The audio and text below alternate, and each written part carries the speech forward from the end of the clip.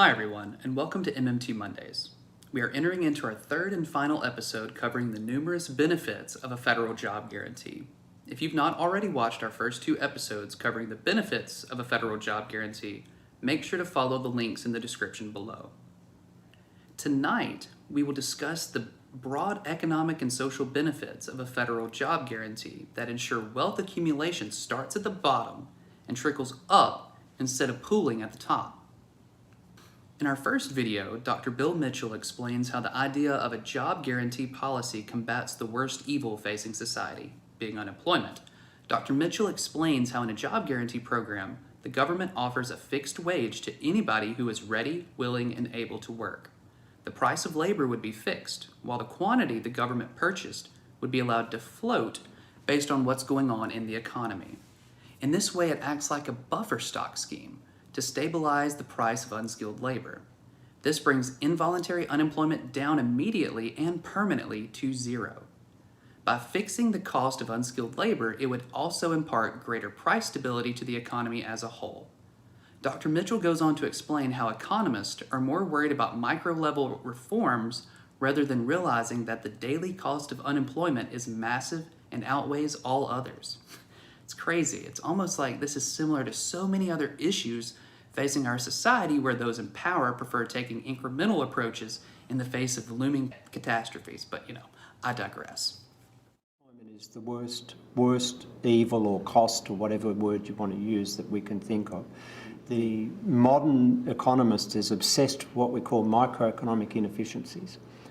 Structural reforms is all about minuscule little improvements in transport systems and what have you, but the daily cost of unemployment dwarfs all of those things. And I remember there was a quote from James Tobin, if I recall correctly. He said, how many Harburger triangles, which for non-economists is this little measure in a graph of the microeconomic inefficiency, how many of them can you fit into an Oken gap, which was named after Oken, and that was the sort of loss of output per percentage rise in unemployment? And the answer, of course, is heaps. And so it addresses that problem that workers are never in a non-productive situation. And one of the problems of unemployment, of course, is that workers lose slowly but surely they become dislocated and they start losing their general skills and also their specific skills. And so these sort of job guarantee schemes stops all of that happening, provides steady income support, and most importantly, it fixes the minimum amount that the deficit has to rise by when there's a downturn to stimulate employment. It sets a boundary because when do you know that the government's has spent enough? When the last worker has walked into the job guarantee office to pick up a job. Yeah, and the point is, the argument is, well, we don't want to give people free lunches, and of course, what I've always said about the job guarantee is, no, we want people to be able to pay for their lunches, and that's what the job guarantee actually does. So. Well, look,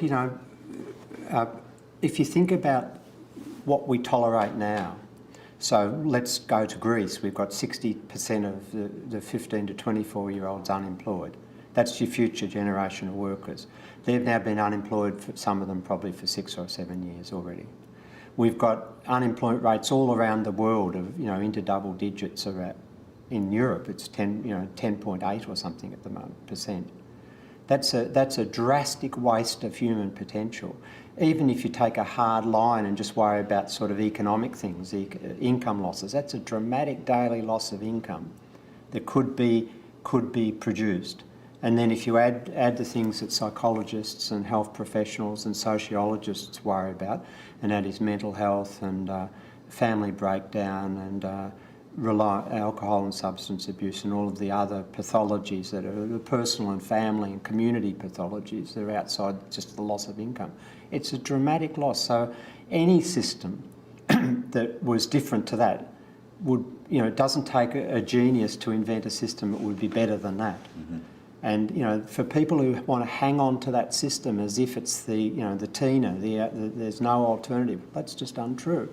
Even if all of these job guarantee workers just turned up in the morning, dug a hole through the day, and that an engineer could calibrate how long it would dig and then how long it would take to fill in again. Even if they just did that, it would be better than the system we've got now. But our research has shown that there's a multitude of productive activities that can be done by that workforce that would be oriented to meeting unmet community and environmental care needs.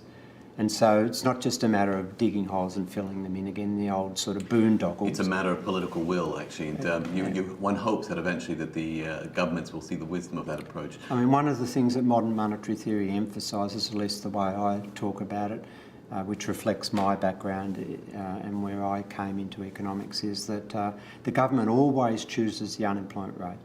I do work in less developed countries as a development economist, and I'm always being met by bureaucrats and IMF type officials who start off the meeting saying that unemployment, this is a highly complex, multi-layered, deep problem. And I say, no, it's not. The government chooses the unemployment rate. You could employ all those people within about a week. Dr. Mitchell eloquently explains how a job guarantee program destroys the asinine argument that supposed deficit hawks make about not wanting to give out free lunches. Dr. Mitchell rightly points out that a federal job guarantee ensures that everyone can not only have a lunch, but pay for it as well. Instead of focusing on how dastardly the thought of giving out free lunches would be, why not focus on a more existential question? That being, if the U.S. is the wealthiest nation on earth with an ample surplus of food, why would we not want to make access to food a guaranteed basic human right? Isn't that a good question? But this overall question just goes to show how interdisciplinary the benefits of a federal job guarantee really are. If we have such an abundance of labor in our country, why would the government not take advantage of that to help meet the needs of communities throughout the nation? Dr. Mitchell points out that the government bureaucrats want us to believe that the unemployment rate is such a complex, multi-tiered monster, and when in reality it isn't. The government chooses the unemployment rate because they could easily employ all of those people in a week if the political will existed to make it happen. In our second video, we see a roundtable discussion involving numerous fellow MMTers discussing a federal job guarantee. The panel discusses how a federal job guarantee empowers those who have been left behind while also providing numerous examples of the social benefits of programs similar to a job guarantee. Dr. Randall Ray describes how a job guarantee empowers those left behind, saying that instead of forcing workers to put themselves in debt by getting an education, the government will take workers as they are. And so under a job guarantee program, the government will give you a job, and you can learn on the job at the same time and still contribute to society. It will help the worker become more employable to the private sector over time and prevent the abandonment of small towns across the country. So instead of having to leave to gain an education, one can stay in their small community and help build it up. When implemented on a national scale, imagine a federal job guarantee completely transforming our entire society for the better. So when we're talking about taking, basically let's say the last 40 years have put us behind schedule or behind where we could be as a society, how do we reinvigorate those people who have been left by the wayside over the last 40 years? And do you think that the nonprofit jobs are going to be sufficient to help America become more sustainably prosperous in the long term? Well, so sort of the motto, the one sentence way of putting it is, you take workers as they are, where they are, give them a job. So that they don't have, you don't tell them, first you go get an education and training, then we'll give you a job, which has always been labor market policy in the United States and elsewhere. Instead, you say, we will give you a job, you can learn on the job, you can get your training on the job, and meanwhile, you're contributing positively to society, doing something useful. And then we hope that you'll upgrade your skills and become much more employable from the point of view of the private sector and regular government sector employers, who then will recruit out of that pool. So that's the right way to go about dealing with problems of people who might not be prepared yet, or who are, maybe they're actually perfectly fine, but in the eyes of the employer, 9 months of unemployment triggers this belief that they're unemployable. I won't hire them. Don't even bother to apply for a job if you've been unemployed for 9 months. And the second thing is you take them where they are. That's very important.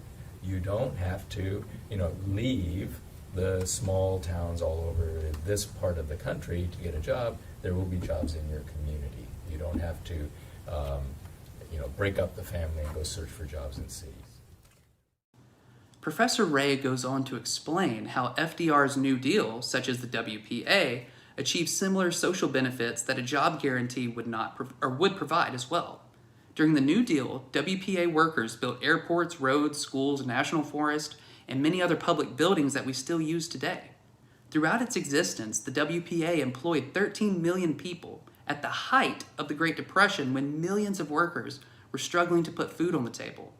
This not only brought the United States into the 20th century by creating infrastructure, but the federal government was able to pay for it by creating money, and we didn't have an economic collapse because of it.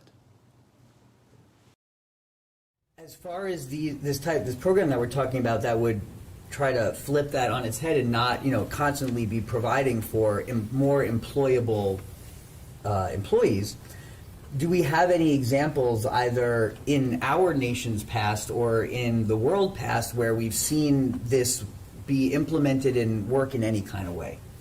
Let me just say something about the WPA, and then other people can talk about more recent examples, because most Americans have driven around the country and they've seen airports, they've seen public buildings, they've seen schools that were all built by WPA workers. Swimming pools, water treatment. Well, the roads they drive on. All the trails in the national forests, lodges in the national forest, these were built by WPA workers. There were 13 million people who got jobs in the New Deal programs, which was a direct job creation program funded by the federal government. Actually, in that case, it was run by the federal government. As Fidel says, we now probably prefer to decentralize the management of the program. And they created things that still exist and that we still enjoy, and much more than that. The New Deal programs really brought the United States into the 20th century. We were an underdeveloped country in 1930. The New Deal's program not only provided jobs, brought us into the 20th century by giving us the public infrastructure that we have been enjoying now for 80 years. And just and just to tack on a point to that, how did we pay for all that? Well, the federal government spent money. So the federal government created the money to spend, which allowed these people to get jobs, and somehow America did not collapse thereafter. Getting back to your gold standard, we went off the gold standard and we started spending money. That's how we did it. Could you say a little about Argentina's program? Because that is exactly what we saw in terms of, at first, their jobs program was very large, but then it quickly scaled back because people transitioned into the private sector. Yeah, it ballooned according to government estimates. They ended up having quite many more than they expected. Something like 13% of the labor force participated in it. But that was literally over a year. After that first year, the payrolls in the public programs started steadily declining. People found alternative employment. But that experience is just so useful in so many ways, because you don't have to have the federal government manage it. You can find, if you have the institutional mechanism, you can find a way to empower the people to figure out what kind of jobs they need in their communities, what they can do. And in that sense, it was also bottom up, because it literally transformed some communities. There's the one that we all went with, Jan and Randy and Marta, and the one community that was called Ciudad Oculta, the hidden city, that was just so poor, so outside of the purview of the policymaker. And they transformed it with these projects. They renamed it. It wasn't called the hidden city anymore. So we were able to observe some projects that were meaningful to people, which matters. You know, in the eyes of the policymaker, maybe they're not profitable, but that's not the measure of success, right? The measure of success is what other social multipliers it has. It's the quality of life. Quality of life. Yeah. As we can see, a federal job guarantee provides numerous benefits both socially and economically on so many different levels. Since we're in the middle of the worst pandemic to hit the world in more than a century, I want to leave you with one final example of how a job guarantee can be a lifeline to those who are the first to suffer when a crisis or unexpected pandemic can hit. In the panel discussion, a discussion broke involving the debate over whether tax cuts or a job guarantee would be more beneficial is being discussed. The attempted claim that is always raised says that we must cut taxes because they help out the working class. But as John Kriegel stated in the video, how much can a tax cut benefit you if you don't have a job to begin with? Tax cuts theoretically are supposed to incentivize businesses to hire others. That is the argument that those in power used to justify tax cuts during the Great Recession in 2008. Evidence shows that it just is not the case, and tax cuts only had a minimal impact. Those who actually kept their job put their money into savings or paid off debts that didn't stimulate the economy. Dr. Pavlina Chernova went on to explain that if the roughly $780 billion economic stimulus program of 2009 would have been geared towards direct job creation, then over 20 million living wage jobs would have been created. She concludes that we would not have even had to rely on those 20 million jobs to help jumpstart the economy. As soon as direct jobs are created, then it begins to trickle up through the economy instead of relying on wealth trickling down from the top. If I can come back to one point with the stimulus and link it up to the WNPA programs.